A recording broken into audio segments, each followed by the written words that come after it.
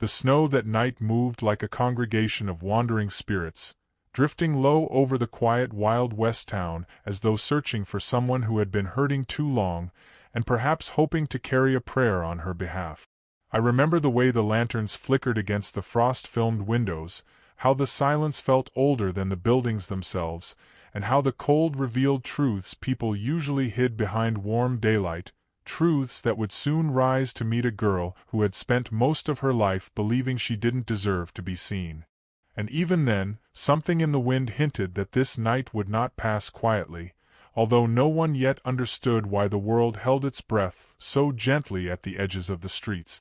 Adeline Crow, age 21, moved carefully down Main Street with a bundle of handmade winter baskets strapped across her back, each one woven from reeds she gathered near the frozen creek. Her footsteps made soft prints the snow immediately tried to swallow, as if the world were apologizing for the way it allowed people to treat her. The townsfolk leaned away from her path the way people avoid a stray shadow, whispering that she didn't belong, that she was the orphan girl who should have left long ago, their voices cutting through the evening stillness like brittle branches.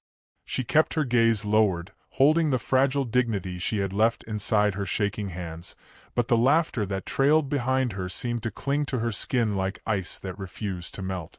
She didn't look back to see who joined the cruelty, though she heard Martha Ellery's recognizable snicker right before someone knocked one of her baskets into the slush, leaving Adeline to kneel helplessly as the woven reeds absorbed brown water like a wound opening. She whispered a tiny apology to the ruined craft, unaware that someone, just beyond the drifting veil of snow, had paused to watch her in steady silence. Rowan Thorne Maddox, age 30, stood beside his broad-chested bay horse at the far end of the street, a wool coat draped over his shoulders and a layer of untouched snow resting upon the brim of his hat. His wealth didn't show in flash, just in the quiet, finely stitched leather gloves and the calm, self-possessed stillness of a man who rarely needed to raise his voice to be heard. He observed the scene from under the faint glow of a saloon lantern, his eyes narrowing when he saw Adeline's hands tremble as she tried to salvage her damaged basket. Rowan wasn't from this town, not truly, but he had spent enough of his life around cruel winters to recognize a different kind of cold, the kind that lived in people, not weather. Something about her isolation tugged at a part of him he hadn't used in years, and although he didn't know it yet, he'd come to town that night carrying more loneliness than he cared to admit, and seeing her stirred a longing that frightened him in its clarity. He stepped forward to speak, but she slipped away into an alley before the breath he'd drawn could find its purpose. Her cabin sat alone on the outskirts, its wooden frame nearly swallowed by the growing storm as she lit a small lamp and tried to warm her frozen fingers.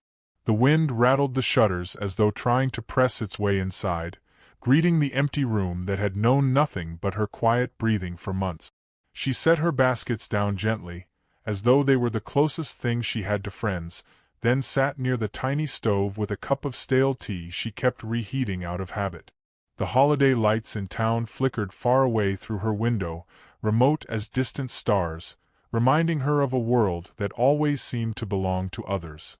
She pressed her palm to her chest, whispering into the dimness, "I have no one to spend Christmas with," and the words sounded far too honest in the silence, almost loud enough to break the fragile peace she survived on each day. She didn't expect anyone to hear, until a soft knock brushed against her door like a hesitant heartbeat.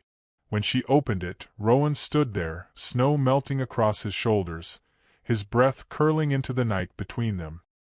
He didn't speak at first. He simply looked at her with an understanding that made her feel suddenly bare, as though he saw every bruise the town had left on her spirit. She stepped back instinctively, unsure why this stranger would seek her out, but he removed his hat and bowed his head slightly in apology. "Forgive me for intruding," he said, his voice low and warm, "but I saw how they treated you today." Adeline shook her head quickly, embarrassed, murmuring that she didn't need pity, that she was used to it, but Rowan refused to let her shrink away from her own worth. He asked about her baskets, asked why she lived alone, asked why no one had ever stood up for her. She answered each question reluctantly, like unraveling threads she had kept tied tightly for survival. Then Rowan reached into his saddlebag, pulled out a leather pouch, and said quietly, "I'd like to buy every basket you've made." The disbelief in her eyes softened into something fragile and almost hopeful, but before she could ask why, Rowan glanced toward the moonlit snow as if searching for words. He wasn't ready to speak. From that night on, Rowan returned with no expectations, no demands, just small gestures that wove themselves gently into her life. He chopped firewood for her without asking, brought warm bread from the ranch cookhouse, and sometimes sat across from her weaving table, listening to her stories without judgment. He told her little about his own past, only that winters had taken more from him than he cared to remember, and that quiet company felt like a blessing he'd long forgotten how to claim.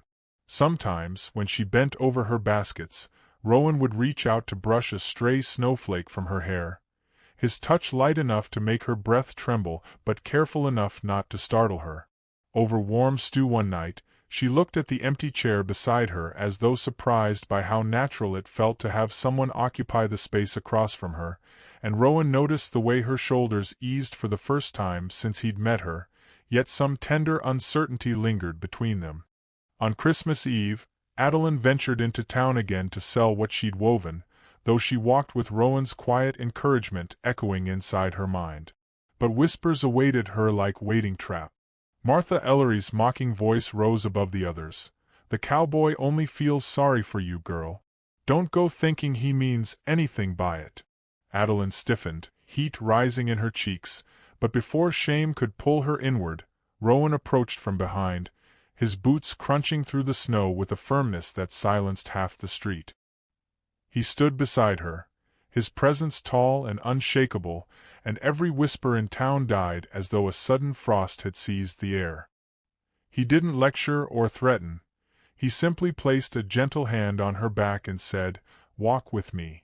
She let herself move toward him, the streets buzzing with disbelief as they left, yet something in her heart fluttered in fearful wonder as she wondered what Rowan intended to say next.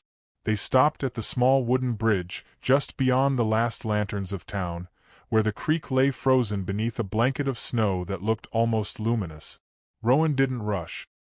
He waited until the world grew quiet again, then turned toward her with an expression she'd never seen before, full of careful strength and quiet longing. "What do you want most tonight, Adeline?" he asked, his voice nearly swallowed by the falling snow.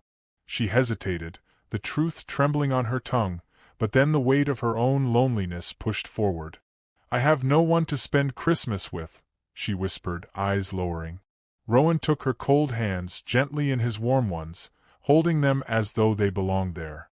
For a long moment, he simply breathed with her, the snow surrounding them like a blessing. Then he said, "Let me be the one, Adeline."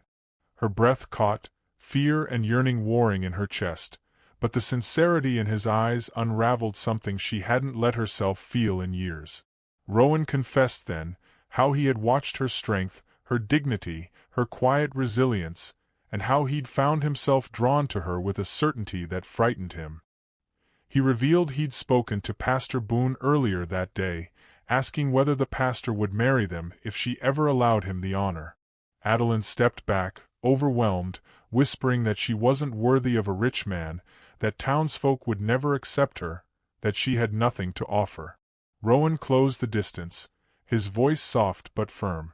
"You are the only woman I have ever wanted, Adeline. Snow would fall upward before I'd leave you to face this world alone." Her tears warmed before they fell, and when she whispered yes, the wind around them seemed to soften in blessing, though she wasn't sure yet whether such joy could truly last. Their wedding took place that same night, lit by the soft glow of candles in the tiny church buried halfway in snowdrift. Pastor Boone read the vows with a trembling smile, and Rowan cupped her face as though holding something rare and sacred. His silver ring slid easily onto her finger, and when he apologized for not having something more extravagant, she whispered it was perfect, because it came from him. When Rowan kissed her forehead after the final blessing, the church bells chimed through the frozen night like a promise, though the world outside still waited with silent curiosity.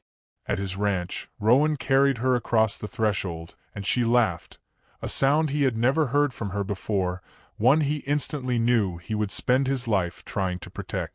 They shared warm blankets, cocoa, and soft conversation in the dim glow of the hearth. Adeline trembled when he pulled her close, but only from the unfamiliar comfort of being loved. Her head rested against his heartbeat, and Rowan touched her hair with the tenderness of a man who feared breaking something precious.